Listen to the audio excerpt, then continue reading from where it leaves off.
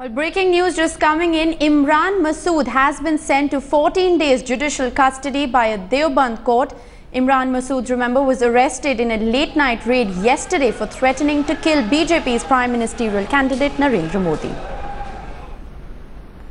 Well, my colleague Jugal Purohit is still with me. Jugal, this 14-day judicial custody, does this now mean that the Congress in fact does not have a candidate from Saharanpur?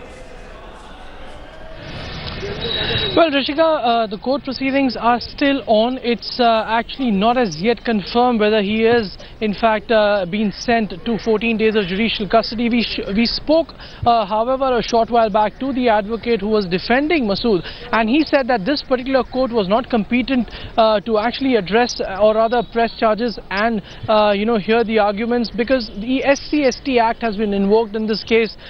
Charges from, or rather sections of the SC/ST Act have been pressed against Mr. Masood, and on that count and that count only, this court is not in that sense empowered. The advocate in fact has just left this premise for the Saharanpur Sessions Court, which he said was a competent court, to actually listen to the case where SC/ST charges have been pressed in. So the picture is very, very unclear right now. Right. But all I can tell you, Rishika, is that behind me is the court where Mr. Masood is still inside. He's not out. The hearings are not as yet over. The police had moved at remand for his custody, and we do not know the conclusion of the same. As I said, his lawyer has already moved from here to Saharanpur because they want a bail for him urgently. But the exact picture about what happens to Mr. Masood, whether or not the Congress party today has a candidate. Remember, even though from Delhi we are hearing that Rahul Gandhi will no longer be here at Saharanpur to address the scheduled rally, but those on the ground, including a member of the AICC, told me some time back that Rahul Gandhi has not cancelled